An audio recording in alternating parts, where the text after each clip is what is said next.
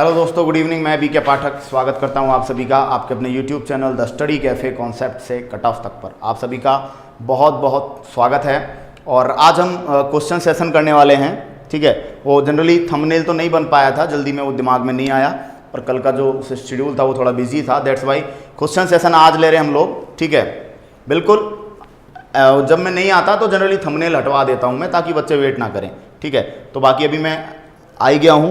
ठीक है, चलिए दोस्तों, तो अब हम जो है अपना क्वेश्चन सेशन स्टार्ट करते हैं। और क्वेश्चन सेशन आज क्या है वो टाइप भी नहीं हो पाया, क्योंकि दिमाग में से बिल्कुल निकल गई थी बात। ठीक है, तो हम लोग जो है क्वेश्चन सेशन स्टार्ट करेंगे बोर्ड पे लिख के। ठीक है, तो फर्स्ट ऑफ ऑल आप सभी से यही कहना है कि जो वीडियो है इसको ज़्यादा से ज़्यादा आप लोग शेयर करें, ताकि ज़्यादा से ज़्यादा बच्चे क्वेश्चन सेशन को अटेंड कर पाएँ। क्योंकि जितने बच्चे अटेंड करेंगे ना क्वेश्चन सेशन, उतना आपको कॉन्फिडेंस आएगा, उतना आपको लगेगा कि आप इतने बच्चों में बाकी लोगों के कितने करेक्ट है और आपके कितने करेक्ट है, कितने गलत है, आपको पता चलेगा। ठीक है, चलिए, तो फर्स्ट ऑफ ऑल क्वेश्चन से स्टार्ट करेंगे हम लोग। ठीक है, और जो क्वेश्चन है वो आपके सामने आने लगेंगे अब। ठीक है, चलिए देखिए, बात करेंगे हम लोग। पहला क्वेश्चन जो है वो आपके सामने आ रहा है, लीजिए क्वेश्चन नंबर 1। ठीक है, क्वेश्चन नंबर 1 आपके पास आया, एक माइक्रोमीटर में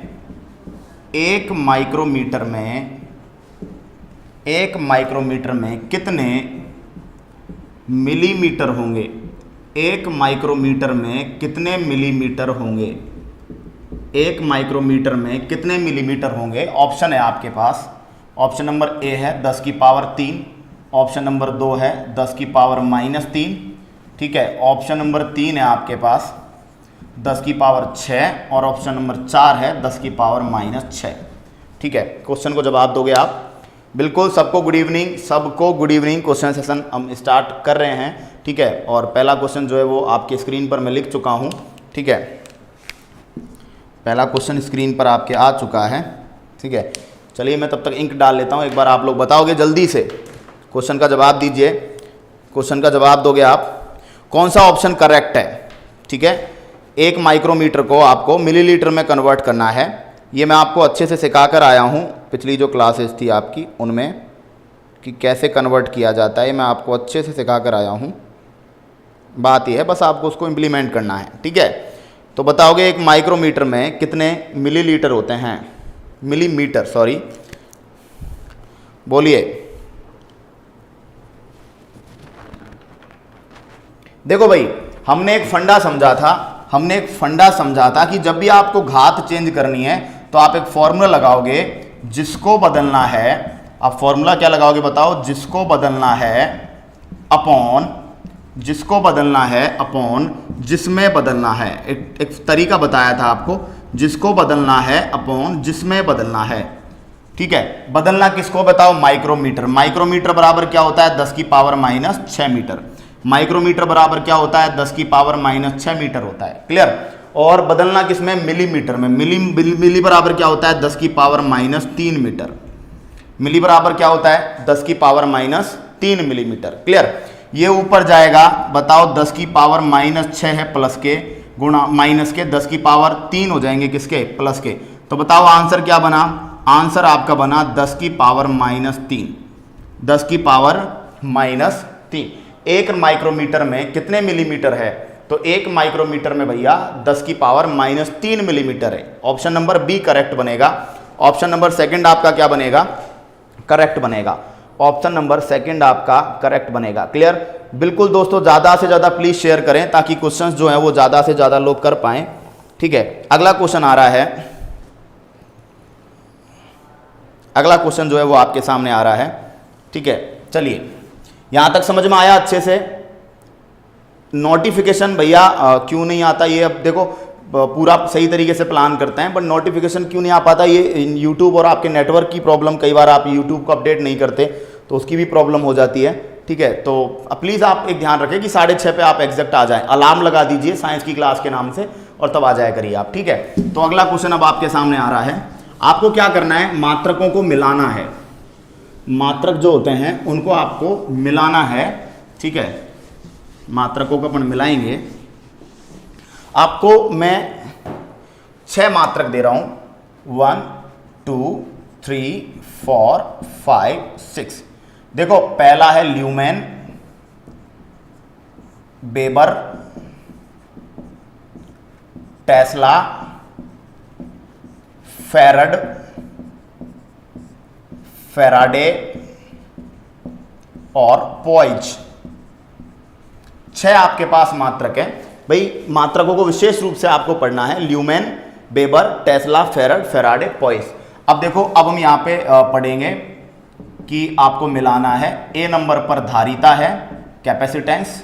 बी नंबर पर आपके है आवेश, ठीक है।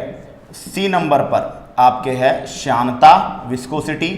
नंबर डी पर है आपके चुंबकीय फ्लक्स, चुंबकीय फ्लक्स, मैग्नेटिक फ्लक्स। नंबर ई पर है चुंबकीय क्षेत्र की तीव्रता, चुंबकीय क्षेत्र की तीव्रता। और एफ पर जो है आपके, वो है आपके ज्योति फ्लक्स। चलिए आप मैच करके दोगे, आप मैच करके दोगे कौन सा किस किस का मात्रक है, ठीक है। तो हम लिखेंगे पहले में कौन सा आएगा, दूसरे में, तीसरे में, चौथे में, पांचवें में, छठवें में। क्लियर। अपने पास 6 है, आपको इनको मैच करके देना है। मैच करके बताओगे जल्दी से, जल्दी से। देखो 1 2 3 4 5 6, इनके आगे जल्दी से लिख दो। 1 2 3 4 5 6 लिखने की आपको जरूरत नहीं है, आप डायरेक्ट लिख दो कि B C D A A B C D E F, ऐसे जो भी ऑर्डर है वो आप रेगुलर लिख दीजिए बोर्ड पे, ठीक है। कौन सी चीज किसका मात्रक है, आपको स्क्रीन पर क्वेश्चंस जो है वो दिए हुए हैं, ठीक है। आप बताओगे मुझे जल्दी से, ताकि क्वेश्चन सेशन को दिशा दी जाए। काफी क्वेश्चंस आज अपने को करने हैं, ठीक है, काफी क्वेश्चंस अपने को करने हैं। इस टॉपिक के जो क्वेश्चंस हैं उनको कंप्लीट करके कल गति टॉपिक चालू करेंगे। ये रेलवे का फेवरेट टॉपिक है। सब में एक साथ लिख के बता दो कौन सी चीज कैसे मैच होगी, ठीक है। सबको गुड इवनिंग।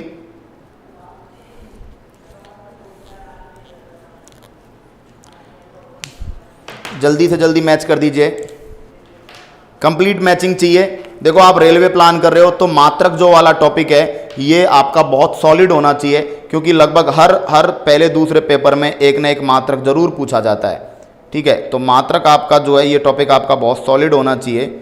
मात्रक और विमीय सूत्र लिखने में आप एकदम माहिर होने चाहिए, तब जाके आपका ये टॉपिक जो है वो आपको स्कोर दे के जाएगा। बोलो क्लियर हुआ मामला। एक भी बच्चा ऐसा नहीं है जो पूरे क्वेश्चंस के आंसर दे पाया हो। बताओ आप इतने दिन से तैयारी कर रहे हो कि अभी तक ऐसे ही तैयारी कर रहे थे क्या भाई? कम से कम ये मात्रक वगैरह तो आप इतने दिन से गवर्नमेंट एग्जाम्स की प्रिपरेशन कर रहे हो, तो ये मात्रक वगैरह का मामला तो पहले ही सॉल्व होना चाहिए था। ये तो छोटी मोटी बातें हैं भाई, बड़ी छोटी मोटी बातें हैं, ये पता होनी चाहिए। चलिए मैं मैच करके आपको देता हूं। देखो भाई ल्यूमेन, तो ल्यूमेन दोस्तों, ल्यूमेन मात्रक होता है ज्योति फ्लक्स का, एफ। ल्यूमेन मात्रक किसका होता है बताओ? ज्योति फ्लक्स का मात्रक होता है, लाइट फ्लक्स का मात्रक होता है ल्यूमेन, ठीक है। फिर आपसे पूछे वेबर, तो दोस्तों चुंबकीय फ्लक्स है ना, इसका मात्रक क्या होता है? वेबर। तो दूसरे में क्या आएगा? डी। टेस्ला, टेस्ला दोस्तों चुंबकीय क्षेत्र की तीव्रता का मात्रक है, एक टेस्ला और एक और होता है गॉस। टेस्ला और गॉस, टेस्ला एमकेएस पद्धति में होता है और गॉस सीजीएस पद्धति में होता है, ठीक है। Tesla clear. तो टेस्ला जो आएगा थर्ड नंबर पर, वो किस पे आएगा? ई पे, है ना। उसके बाद फैरड और फैराडे, इसमें याद रखना फैरड यदि लिखा हुआ हो तो ये धारिता का मात्रक होता है, कैपेसिटेंस का, और यदि फैराडे लिखा हुआ हो तो आवेश का मात्रक होता है। किसका मात्रक होता है? आवेश का। और पॉइज जो होता है वो श्यानता का मात्रक होता है। पॉइज किसका मात्रक होता है? श्यानता का। तो स्क्रीनशॉट ले लेना इस क्वेश्चन का, काफी अच्छा क्वेश्चन बनेगा ये, स्क्रीनशॉट ले लीजिएगा, ठीक है। फिर हम आगे बढ़ेंगे, ठीक है। स्क्रीनशॉट ले लो जल्दी से, और प्लीज़ वीडियो को आप ज़्यादा से ज़्यादा शेयर करें ताकि ज़्यादा से ज़्यादा बच्चे जो हैं वो जुड़ पाएँ, ठीक है। अमन शर्मा वेलकम है आपका, ठीक है। आर के चौधरी जी, इस टॉपिक से अभी न्यूमेरिकल नहीं बनते हैं, न्यूमेरिकल बनेंगे नेक्स्ट टॉपिक से, ठीक है। इस टॉपिक में केवल थ्योरेटिकल क्वेश्चंस हैं, वही बनते हैं, न्यूमेरिकल अगले टॉपिक से बनेंगे, ठीक है। तो वहाँ पे बिल्कुल आपको न्यूमेरिकल करवाऊंगा मैं। चलिए स्क्रीनशॉट ले लिया हो तो आगे बढ़ता हूँ मैं, बोलो बढ़ जाऊँ आगे।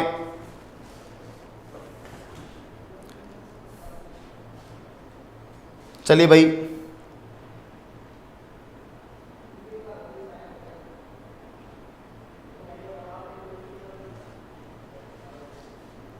बोलो भाई।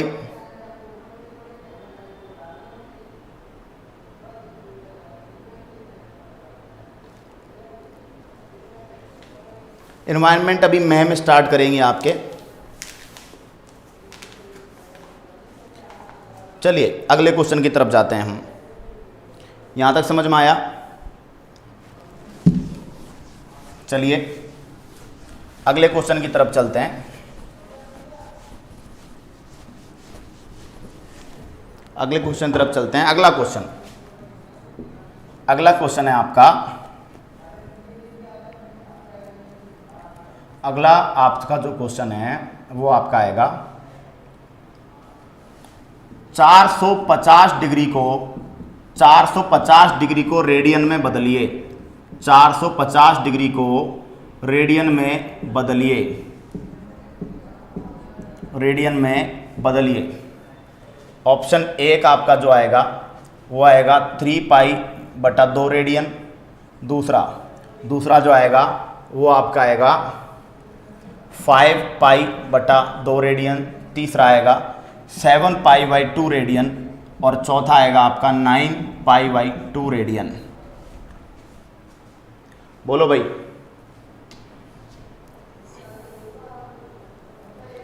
ज्योति चौधरी, आप ढंग से जब पढ़ेंगे, बाकी बायोलॉजी पूरी मैंने भी कवर करवाई हुई है, आप ढंग से पढ़ेंगे आपको सब समझ में आएगा।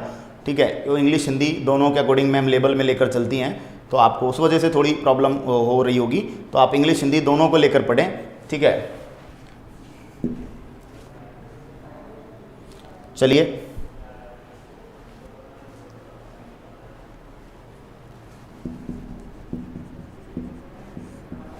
दो क्वेश्चंस मैं बोर्ड पर लिख रहा हूं।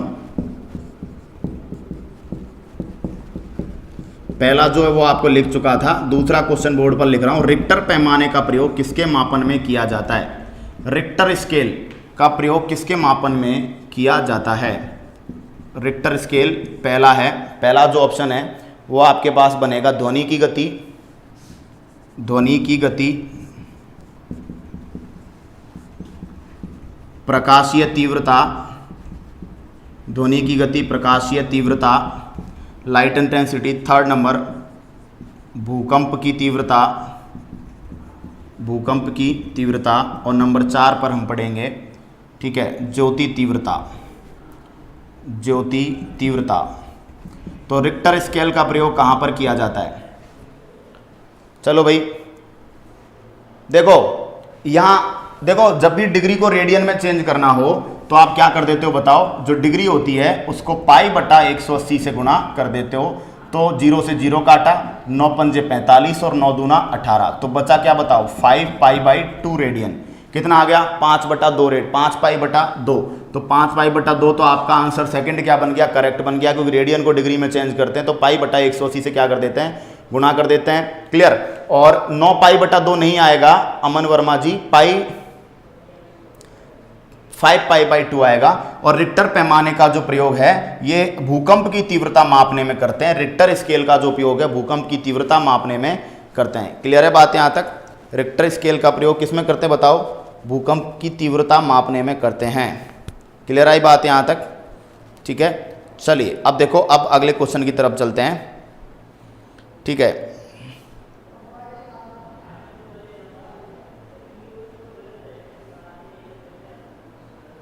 चलिए अगले क्वेश्चन की तरफ चलते हैं। कुछ उपकरण भी हैं, उनसे भी क्वेश्चंस पूछ लिए जाते हैं यहाँ पे। चलिए अगला क्वेश्चन, डॉबसन किसकी यूनिट है? डॉबसन किसकी इकाई है? बहुत क्वेश्चन आता है ये।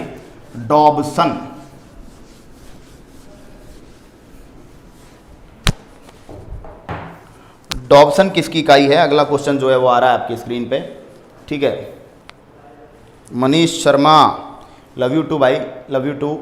अगला क्वेश्चन जो है वो स्क्रीन पे आया, डॉबसन किसकी इकाई है? डॉबसन किसकी यूनिट है? ठीक है, और डॉबसन जो यूनिट है इसका जो मैं आपको ऑप्शन दे रहा हूं वो है आपके पास पृथ्वी की मोटाई,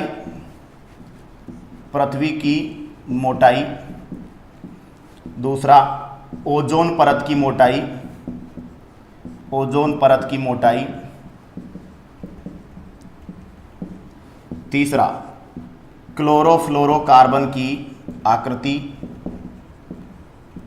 चौथा, रासायनिक बंध की तीव्रता, केमिकल बॉन्ड की इंटेंसिटी। बताओगे आप डॉप्सन किसको मापता है? डॉप्सन क्या मापता है बताइए? डॉप्सन क्या मापता है? डॉप्सन क्या मापता है बताओगे आप?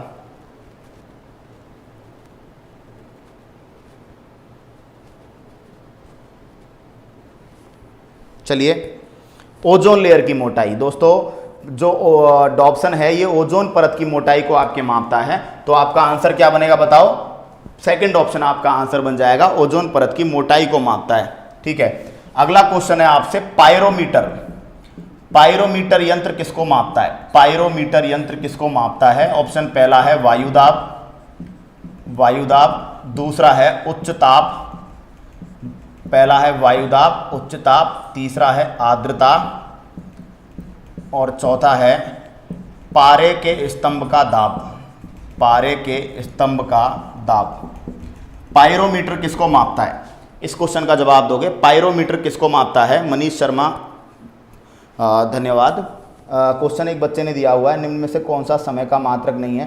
पूजा आशीष जी, प्रकाश वर्ष। प्रकाश वर्ष दूरी का मात्रक है। बहुत पुराने टाइप का क्वेश्चन है और बहुत पहले क्वेश्चन पूछे जाते थे, आजकल नहीं आते। तो पायरोमीटर बताओगे, पायरोमीटर किसका मात्रक है? पायरोमीटर जो है वो किसका मात्रक है? ठीक है, इसका आप जवाब दीजिए। तब तक दूसरा क्वेश्चन है वो बोर्ड पर आपके आ रहा है। दूसरा क्वेश्चन, पारिस्थितिकीय दबाव। पारिस्थितिकीय दबाव की इकाई क्या है? पारिस्थितिकीय दबाव की इकाई क्या है? और ये जो क्वेश्चन है ये जो क्वेश्चन है ये आपके चेन्नई पीसीएस एग्जाम या छत्तीसगढ़ पीसीएस एग्जाम में पूछा गया था। ठीक है, तो पारिस्थितिकी दबाव की इकाई क्या है? आपके पास आंसर है जूल, आपके पास है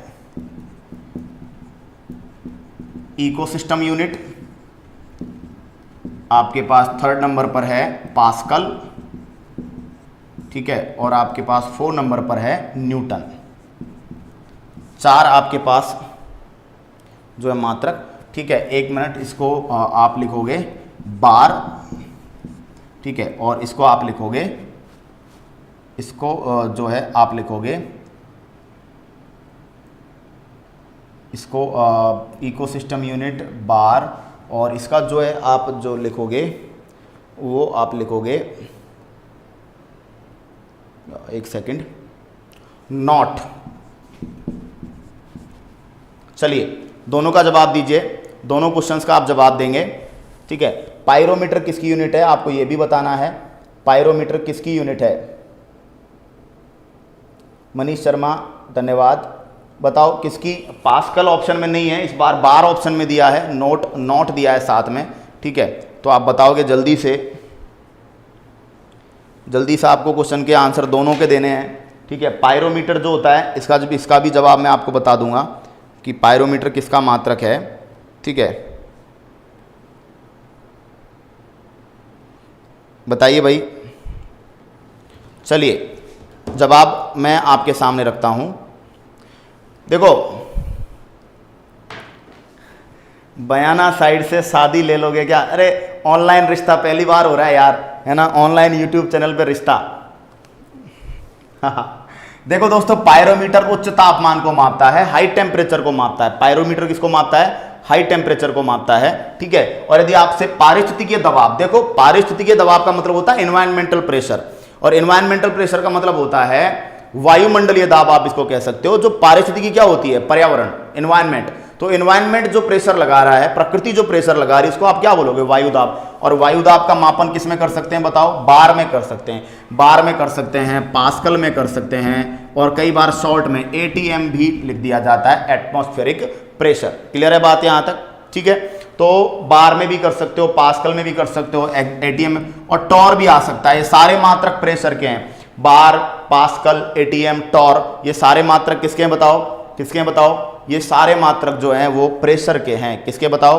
प्रेशर। चलिए, अगला क्वेश्चन जो आ रहा है आपके सामने, आप मुझे बताओगे कि हाइग्रोमीटर, आपको मैं उपकरण देता हूं, और आपको बताना है कि कौन सी चीज़ क्या मापती है। ठीक है, देखिए hygrometer, hygrometer number 1, lactometer number 2, lactometer number 2, तीसरा हाइड्रोमीटर और चौथा जो है वो anemometer, anemometer. Clear? A B C D. देखो एक तो मापता है घनत्व मापी, एक जो होता है वो होता है दुग्ध घनत्व मापी, दुग्ध घनत्व मापी। ठीक है, एक जो होता है वो होता है आर्द्रता को मापता है, आर्द्रता, आर्द्रता को मापता है। और एक जो होता है वायु के प्रवाह की गति, वायु के प्रवाह की गति। तो चार आपके पास ऑप्शंस हैं, चारों के चारों मैच बताओगे आप। ठीक है, बताओगे आप।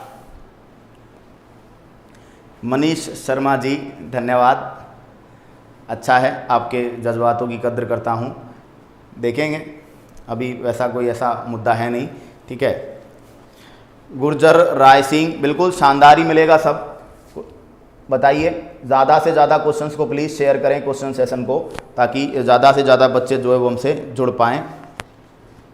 बोलो भाई।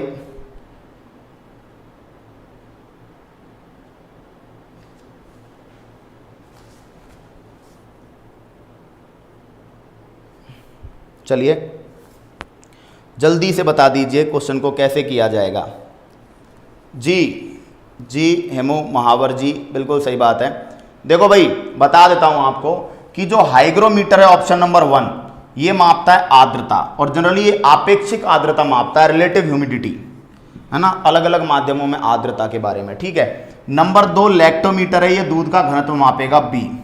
नंबर 3 पर है हाइड्रोमीटर, इसको घनत्व मापी कह सकते हो आप। और नंबर 4 एनीमोमीटर है। ठीक है, नंबर 4 पर एनीमोमीटर है, ये वायु के प्रवाह की गति को मापता है। किसको मापता है? वायु के प्रवाह की गति को मापता है। तो चारों ऑप्शन आपके पास है, स्क्रीनशॉट ले लीजिए ताकि आगे बढ़ेंगे। स्क्रीनशॉट ले लें आप ताकि आगे बढ़ेंगे। बोलो। चलिए भाई,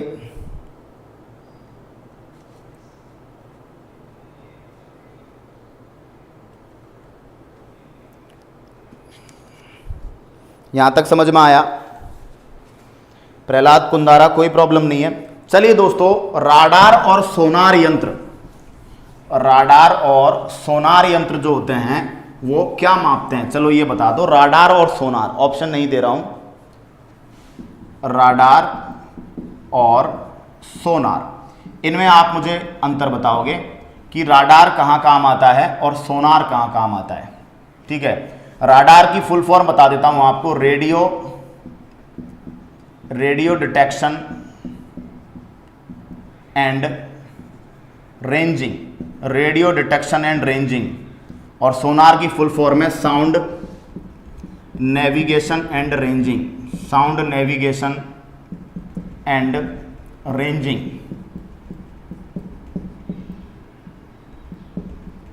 रेंजिंग। ठीक है, राडार जो होता है ये रेडियो तरंगों के सिद्धांत पर कार्य करता है, रेडियो तरंगें, है ना। और जो सोनार है किस सिद्धांतों पर कार्य करता है? ध्वनि तरंगें। चलिए बता देता हूं आपको, ये याद रखिएगा कि सोनार जो होता है ये पानी में कोई भी वस्तु चल रही हो उसकी गति पता लगा लेता है। ठीक है, उसकी दिशा पता लगा लेता है और उसकी स्थिति क्या है ये पता लगा लेता है, ये पानी के में। और राडार जो होता है ना ये वायु में, ये कहां पर पता लगाएगा? वायु में। मतलब राडार को आपके एयरफोर्स काम में लेती है। राडार जो होता है समुद्र की गहराई, समुद्र की जो गहराई है ये कौन मापता है? समुद्र की गहराई किससे मापी जाती है? सोनार से मापी जाती है ना।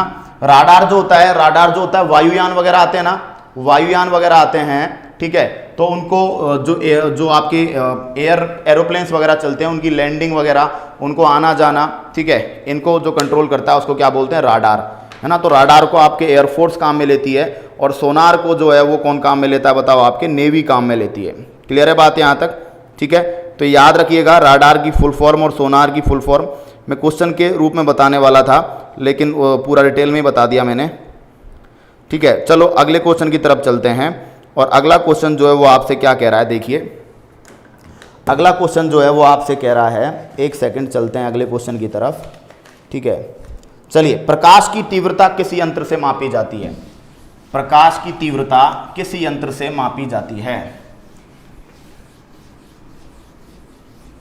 प्रकाश की तीव्रता किस यंत्र से मापी जाती है? पहला, प्रकाश की तीव्रता, प्रकाश की तीव्रता कौन सी चीज माप रहे हैं बताओ? प्रकाश की तीव्रता। तो प्रकाश की तीव्रता आप किस यंत्र से मापोगे? पहला ऑप्शन है आपके पास टैकोमीटर, टैकोमीटर।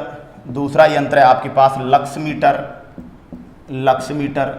तीसरा जो वो है आपके पास वो है वेंचुरीमीटर, और चौथा है पायरोमीटर। तो बताओगे आप प्रकाश की तीव्रता को किससे मापा जाता है? प्रकाश की तीव्रता को किससे मापा जाता है? प्रकाश की तीव्रता को किससे मापा जाता है? बताओ भाई। ये क्वेश्चन आया है कि प्रकाश, क्या झूठ पकड़ने वाली जो मशीन होती है, पॉलीग्राफ, लाई डिटेक्टर है ना, ये तो पॉलीग्राफ है, लाई डिटेक्टर है। ठीक है, तो आंसर इसका लक्समीटर बनेगा। आंसर क्या बनेगा दोस्तों? लक्समीटर। ठीक है, लक्समीटर क्या मापता है? प्रकाश की तीव्रता जो है वो मापता है। ठीक है, चलिए अगले क्वेश्चन की तरफ हम चलते हैं। चलिए, क्यूरी किसकी इकाई है? आपसे पूछ लिया जाए क्यूरी किसकी इकाई है? क्यूरी, क्यूरी किसकी इकाई है? ऑप्शन पहला, ऑप्शन पहला है क्यूरी किसकी इकाई है? ताप की इकाई है।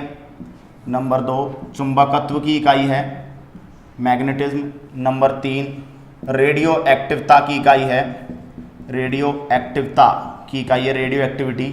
और नंबर 4 जो है वो आपके है विद्युत फ्लक्स की इकाई है। बताओगे क्यूरी किसकी इकाई है? क्यूरी किसकी इकाई है? बिल्कुल बता देंगे। क्यूरी किसकी यूनिट है? क्यूरी किसकी यूनिट है बताओ?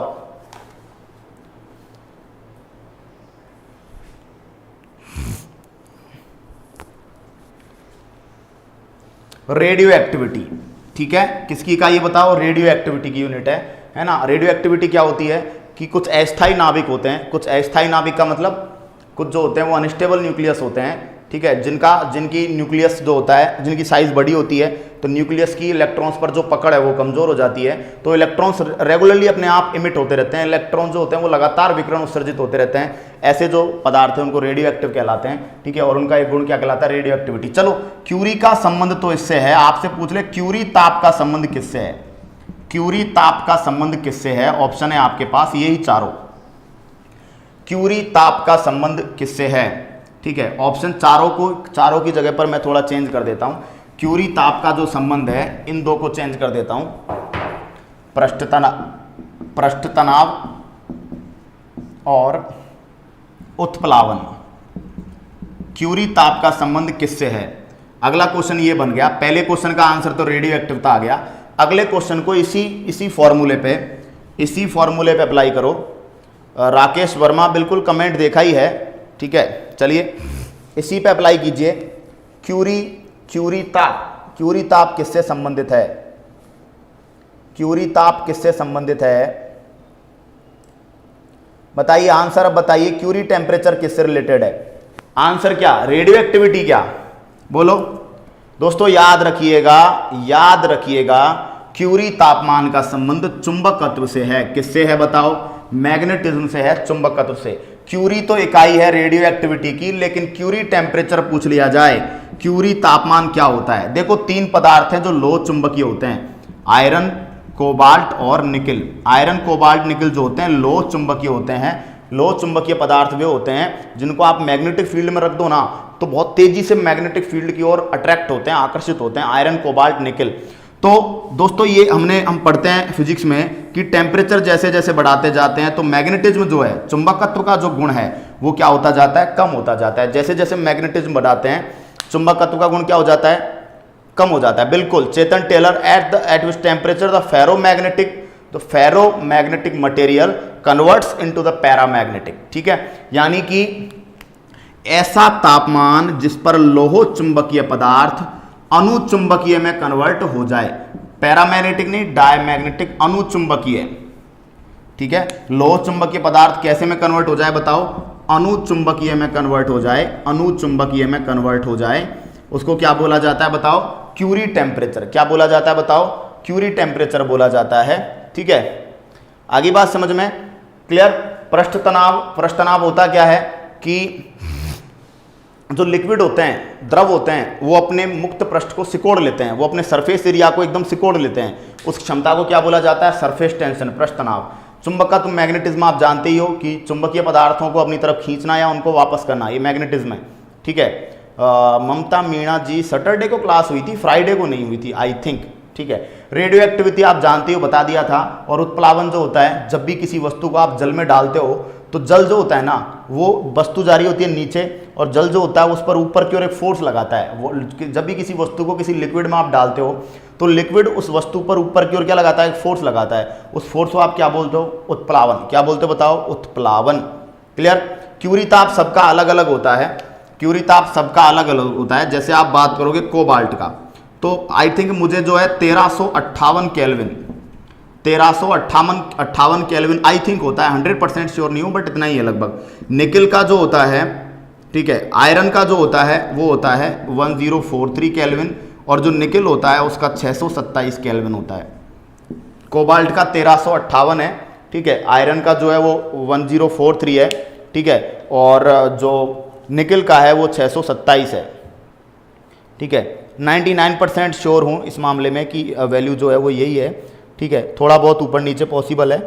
ठीक है, 1358, एक सेकेंड, कोबाल्ट इसको 88 है ना, 1388 केल्विन, आयरन का जो है वो 1043 केल्विन, निकिल का 627 केल्विन।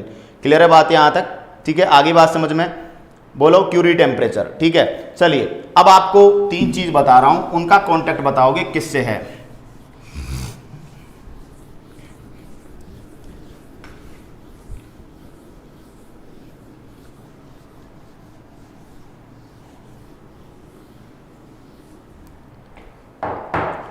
चलिए, क्रांतिक कोण, क्रांतिक कोण का संबंध किससे है, क्रिटिकल एंगल, क्रांतिक कोण थीटा सी का संबंध किससे है? ऑप्शन है आपके पास, अपवर्तन, रिफ्रैक्शन ऑफ लाइट, पूर्ण आंतरिक परावर्तन,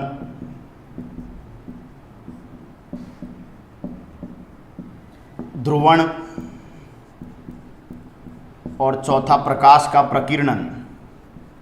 अपवर्तन, refraction, total internal reflection, polarization और स्कैटरिंग। बोलो भाई। सेंटीग्रेड वाले 273 बिल्कुल हटा सकते हो आप। ठीक है, चलिए भाई, क्रांतिक कोण का संबंध किससे होता है, क्रिटिकल एंगल किससे रिलेटेड होता है? चेतन टेलर, टोटल इंटरनल रिफ्लेक्शन। देखते हैं भाई,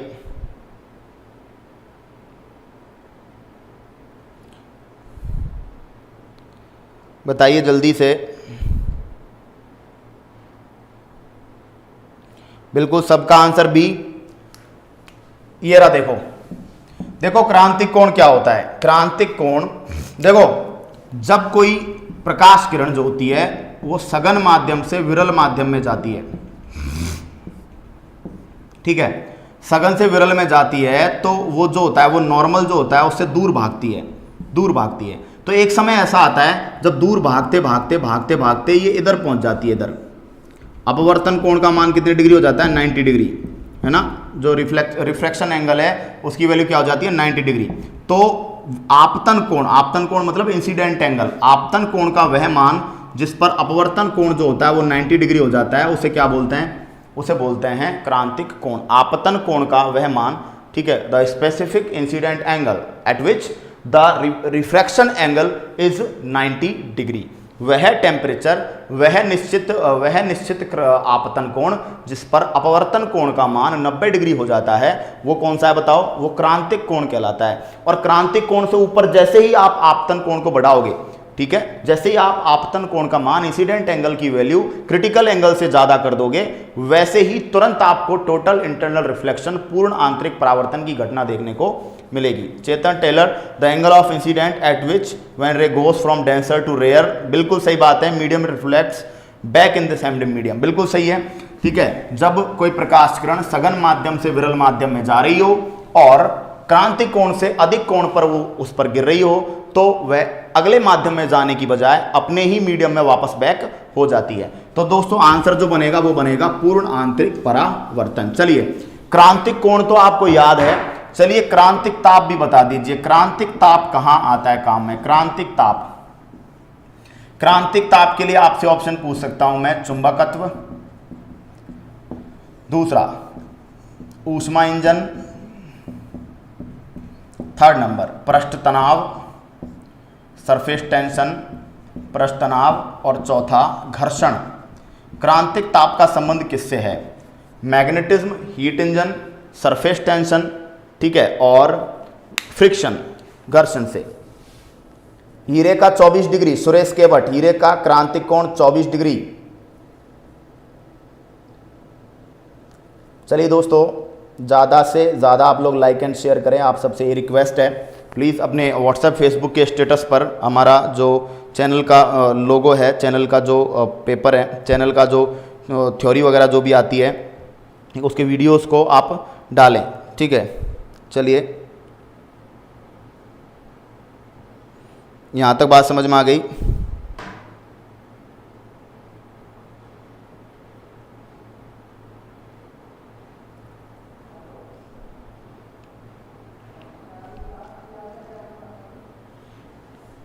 बोलिए।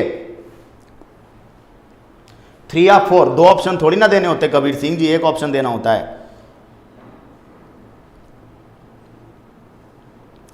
देखिए पृष्ठ तनाव क्या होता है, सरफेस टेंशन के बारे में इसका आंसर है। देखो ऐसा बोला जाता है, पृष्ठ तनाव क्या होता है कि जो लिक्विड होते हैं ना, वो अपने सरफेस एरिया को, वो अपना जो आउटर सरफेस होता है उसको बहुत कम से कम चाहते हैं, उसको सिकोड़ लेना चाहते हैं, इसलिए बरसात की बूंद गोलाकार होती है, बहुत क्वेश्चन आता है, ठीक है। तो टेम्परेचर, सरफेस टेंशन की जो घटना है, पृष्ठ तनाव जो होता है, वो रिवर्स प्रोपोर्शनल होता है टेम्परेचर के। अब इसका मतलब टेम्परेचर को बढ़ाते जाएंगे तो सरफेस टेंशन घटता जाएगा। एक फिक्स टेम्परेचर ऐसा होगा जिस पर ये घटते घटते सरफेस टेंशन क्या हो जाएगा? 0। एक फिक्स टेम्परेचर पर सरफेस टेंशन जो होगा वो क्या हो जाएगा बताओ? 0। तो वह निश्चित ताप जिस पर किसी द्रव का पृष्ठ तनाव क्या हो जाए? 0 हो जाए, ठीक है। A specific temperature on which a liquid gets 0 surface tension, एक ऐसा निश्चित ताप जिस पर कोई द्रव पृष्ठ तनाव की कितनी सीमा पर आ जाता है? 0, 0 पृष्ठ तनाव की स्थिति में आ जाता है, उसको क्या बोला जाता है बताओ? क्रांतिक ताप, क्रिटिकल टेम्परेचर उसको बोला जाता है। क्लियर है बात यहां तक? चलिए आगे क्वेश्चन आपके सामने आ रहा है, कि चलिए एक क्वेश्चन आपके सामने आ रहा है, शक्ति का विमीय सूत्र बताइए। शक्ति का विमीय सूत्र क्या होगा? शक्ति का विमीय सूत्र क्या होगा? ऑप्शन आपके पास है m1 L2 T-2, m1 L2 T-3, m1 L1 T-3, m1 L-2 T-3। बोलिए शक्ति का डायमेंशनल फॉर्मूला। मोहित पाठक जी अभी तो स्टार्ट किया है, कंप्लीट करेंगे, अभी एग्जाम में भी टाइम है, तो शांति से पढ़ेंगे, भागेंगे नहीं, बहुत प्यार से पढ़ेंगे हम लोग, ठीक है। चलिए बताइए भाई।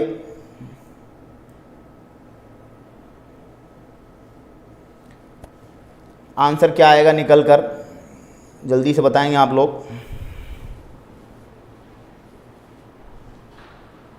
मैथ्स की क्लास का बता दिया जाएगा आपको क्यों नहीं लग पा रही है, ठीक है। चलिए कुछ अच्छे क्वेश्चंस भी हैं वो करने अभी। बोलो भाई। देखो शक्ति, पावर, पावर बराबर होता है वर्क अपॉन टाइम, पावर बराबर वर्क अपॉन टाइम, शक्ति बराबर कार्य बटा समय। कार्य बराबर क्या होता है? बल इंटू विस्थापन। कार्य बराबर क्या होता है? फोर्स इंटू डिस्प्लेसमेंट, बल इंटू विस्थापन अपॉन समय। बल का आपको पता है, याद रखना है, m1 L1 t-2, विस्थापन लंबाई है तो L1 आएगा और समय जो है वो t1 आएगा, तो L1 L1 जुड़ जाएगा तो हो जाएगा m1 L2 और t-2 के ऊपर है, 1 -1 और जाकर हो जाएगा m1 L2 t-3। तो m1 L2 t-3 option number B आपका करेक्ट है।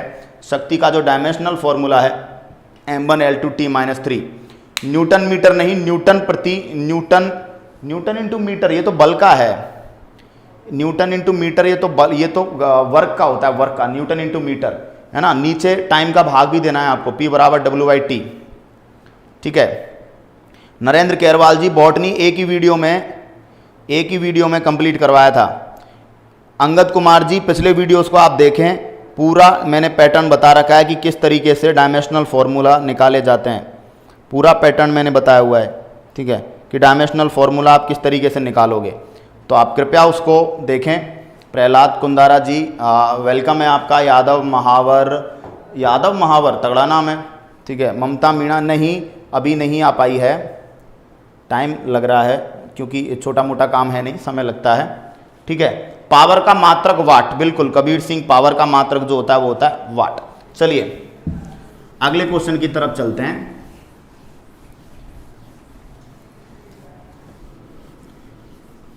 देखो एक मैचिंग का क्वेश्चन बता रहा हूं आपको, मैचिंग का क्वेश्चन।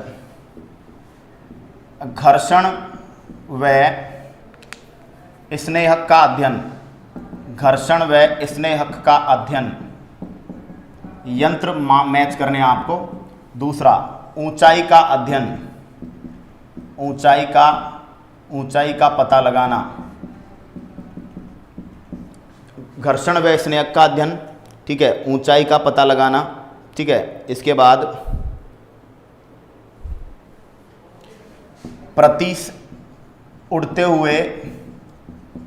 उड़ते हुए चक्के की प्रति सेकंड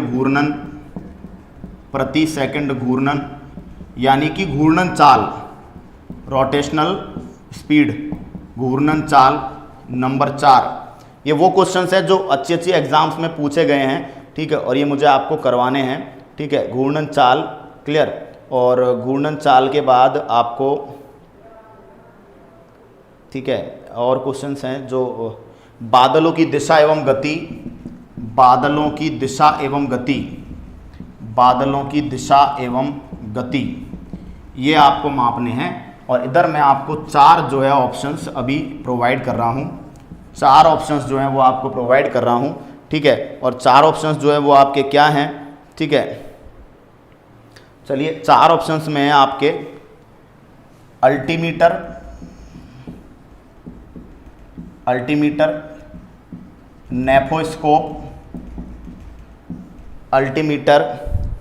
नेफोस्कोप,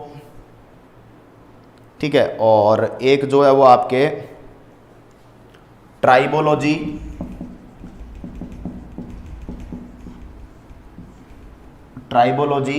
और एक जो होगा वो आपके होगा एक जो होगा वो क्वेश्चन आपके अभी बताता हूं मैं,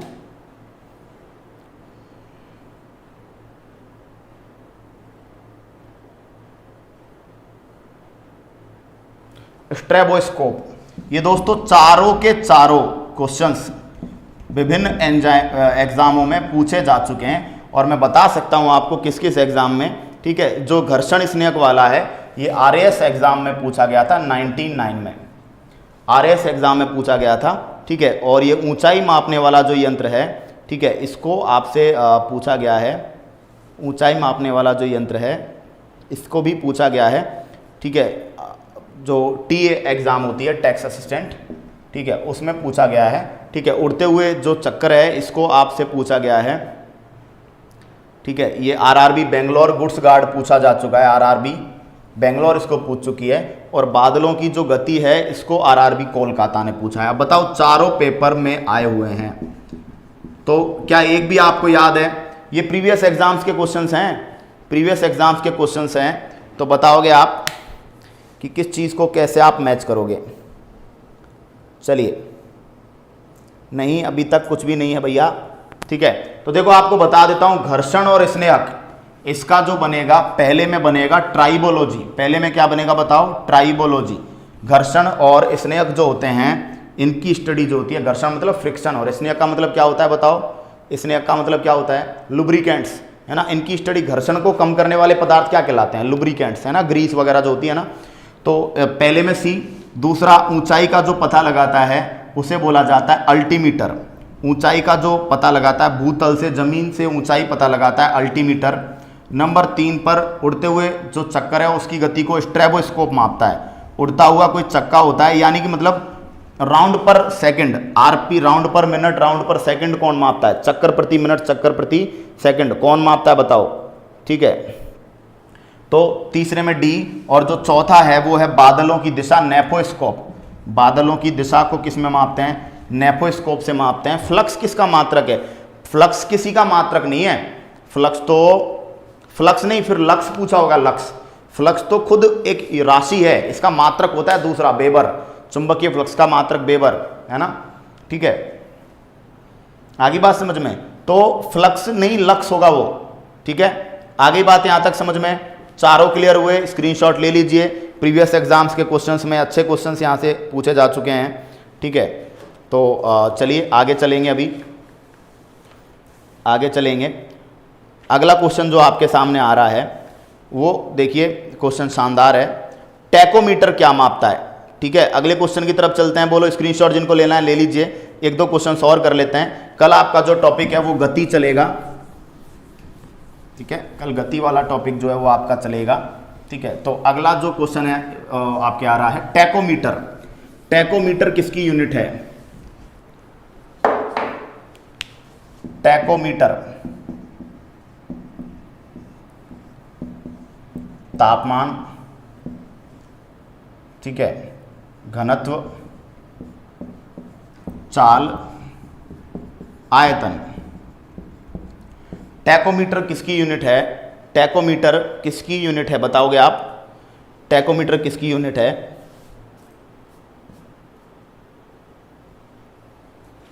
चलिए भाई जल्दी से जल्दी।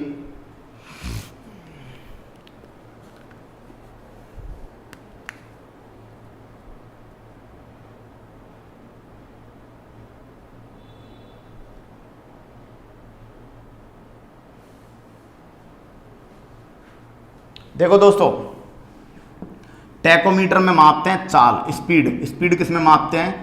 टैकोमीटर में। चलो मैक संख्या, मैक संख्या में किसकी चाल मापी जाती है? पहला ऑप्शन वायुयान की, दूसरा ऑप्शन पानी के जहाज की चाल, वायुयान की चाल, पानी के जहाज की चाल,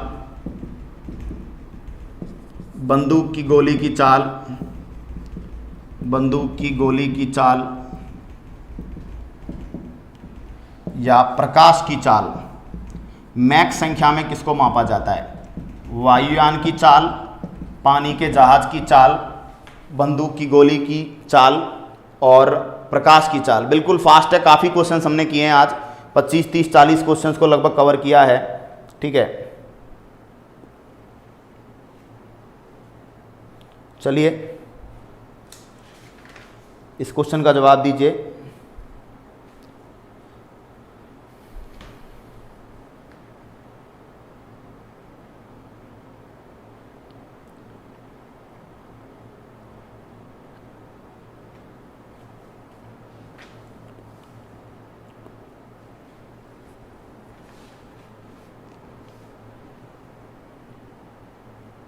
बोलिए भाई। वायुयान की चाल याद रखना, ल्यूमेन, ल्यूमेन ज्योति फ्लक्स का, है ना, लाइट फ्लक्स। वायुयान की चाल को मैक संख्या, 1 मैक बराबर होता है ध्वनि की चाल के बराबर 332। 1 मैक बराबर ध्वनि की चाल 332 मीटर पर सेकंड। ध्वनि की चाल किसमें? 0 डिग्री सेंटीग्रेड पर वायु में। 0 डिग्री सेंटीग्रेड पर वायु में दो ध्वनि की चाल होती है 332 मीटर प्रति सेकंड, उसको 1 मैक बोलते हैं। अच्छा, पानी के जहाज की जो चाल है ना, ये नॉट में मापते हैं। किस में मापते हैं? नॉटिकल माइल, नॉटिकल माइल में मापते हैं दूरी, नाविक मील में, और नॉट में मापते हैं चाल। पानी के जहाज की चाल किस में मापी जाती है? नॉट में। अगला एक क्वेश्चन, केरोसिन मिट्टी का तेल होता है ना, केरोसिन के आपेक्षिक घनत्व की इकाई बताइए। केरोसिन के आपेक्षिक घनत्व की इकाई क्या होगी? केरोसिन के आपेक्षिक घनत्व की इकाई क्या होगी? पहला ऑप्शन जो आपके पास है वो है, पहला ऑप्शन जो है आपके पास है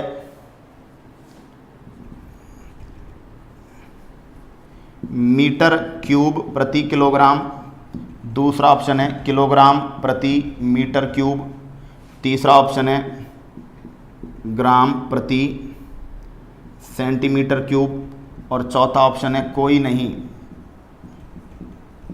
केरोसिन के आपेक्षिक घनत्व की इकाई बताइए। केरोसिन के आपेक्षिक घनत्व की इकाई बताइए। सुपरसोनिक, नीरज गुर्जर 5 मैक से ज़्यादा, सुपरसोनिक। ममता मीणा जी, बिल्कुल कोशिश चल रही है, प्रयास चल रहा है। बताओगे आप केरोसिन के आपेक्षिक घनत्व की इकाई? बिल्कुल शानदार बात पकड़ गए। आपेक्षिक घनत्व की कोई इकाई नहीं होती। आपेक्षिक घनत्व मात्रकहीन होता है, यूनिटलेस होता है। बिल्कुल पकड़ गए बात को। आपेक्षिक घनत्व जो होता है कोई नहीं, इसका कोई मात्रक, कोई विमीय सूत्र नहीं होता। ठीक है, स्पेसिफिक डेंसिटी या रिलेटिव डेंसिटी। बोलो बात समझ में आ गई क्या? ठीक है, तो दोस्तों आज की क्लास यहीं पे खत्म करते हैं। बताइए कैसा रहा क्वेश्चन सेशन? मजा आया कि नहीं आया? बोलिए कैसा रहा क्वेश्चन सेशन? शानदार। कल की क्लास में हम जो टॉपिक है अपना, ठीक है, गति टॉपिक से स्टार्ट करेंगे, मोशन टॉपिक से स्टार्ट करेंगे। ठीक है, और गति रेलवे का फेवरेट टॉपिक है। अच्छे न्यूमेरिकल्स के साथ इस टॉपिक की चर्चा करेंगे, अच्छे न्यूमेरिकल सॉल्व करेंगे। ठीक है, चलिए कैसा रहा क्वेश्चन सेशन एक बार बताएं। और आप सबसे यही कहना है, जिन्होंने वीडियो को प्लीज़ शेयर नहीं किया है, शेयर करें, ज़्यादा से ज़्यादा लोगों तक पहुँचाएँ मुझे। ठीक है, आयुष जैन, बिल्कुल स्वागत है आपका द स्टडी कैफ़े, हमारे परिवार में आपका स्वागत है। पढ़िए आप कंटेंट, एक से एक जो सॉलिड कंटेंट है हर सब्जेक्ट में, हर जो टीम मेंबर है वो एक से एक कंटेंट आपके सामने लेकर आ रहा है। तो यदि आपको मज़ा आया हो, क्वेश्चंस अच्छे लगे हो, प्रैक्टिस करने में मज़ा आया हो, एक्सप्लेनेशन बेस्ट हो, तो आप प्लीज़ वीडियो को एक बार शेयर जरूर करें। वीडियो की लिंक उठाकर अपने व्हाट्सएप पे आप स्टेटस में इसको डाल दें, बस इससे ज़्यादा कुछ भी नहीं चाहिए। आयुष जैन जी, आपको 1 मिनट हुआ है, प्लीज़ आप पूरा वीडियो देखिए और वीडियो देखकर आप अंदाज़ा लगाइए कि आप एक अच्छी जगह पर हो या फिर आप बुरी जगह पर हो। देखो पता लगेगा आपको जब आप पढ़ोगे। क्लियर? तो एक एक टॉपिक को, एक एक बात को ध्यान से पढ़ेंगे। ठीक है, क्वेश्चन सेशन शानदार रहा, आप सब लोगों ने आंसर्स भी सही दिए, इससे टीचर को भी मज़ा आता है, टीचर का भी अच्छा लगता है। ठीक है, टाइम टेबल मेरी क्लास का रेगुलर शाम को 6:30 से 7:30 साइंस में, फिजिक्स की क्लास आपकी होती है। बाकी कम्युनिटी, जो चैनल का कम्युनिटी सेक्शन है, वहाँ पर टाइम टेबल अवेलेबल होता है डेली का। ठीक है, और बिल्कुल एग्जाम तक आपके सिलेबस को कंप्लीट करवा देंगे। आयुष जैन जी, अगेन आपसे बोल रहा हूँ, जो कम्युनिटी है, चैनल में कम्युनिटी ऑप्शन होता है, वहाँ पर आप टाइम टेबल देखें। मेरी क्लास का टाइम जो है वो इवनिंग 6:30 to 7:30 डेली यही होता है। क्लियर? और बिल्कुल आप ज्योति चौधरी जी, बिल्कुल मेरे भरोसे आप अपनी साइंस की गाड़ी छोड़ सकते हो, फुल वादा है। यदि आपको जैसे और जो पढ़ाया जाता है, यदि आप उस तरीके से उसको पढ़ लोगे, साइंस में आपको कोई भी जनरल साइंस में मात नहीं दे पाएगा, ये वादा है BK पाठक का। क्लियर? तो कल फिर इसी वक्त इसी समय मुलाकात करेंगे। आयुष जैन जी, केमिस्ट्री के 68 वीडियोस रिकॉर्डेड हैं, और केमिस्ट्री जब आप पढ़ लोगे तो पक्का आप फैन हो जाने वाले हो उस केमिस्ट्री के। वो केमिस्ट्री हमने पढ़ाई है। बायोलॉजी की 75 क्लासेस आप केवल BK पाठक सर केमिस्ट्री, BK पाठक सर बायोलॉजी, BK पाठक सर बॉटनी, BK पाठक सर फिजिक्स, कुछ भी ऐसा लिख दोगे मेरे नाम के साथ तो आपको स्टडी कैफे चैनल पे वो मिल जाएगा। क्लियर? चलिए, तो कल फिर मुलाकात करते हैं, तब तक के लिए अलविदा साथियों। जय हिंद, जय भारत, वंदे मातरम, बाय।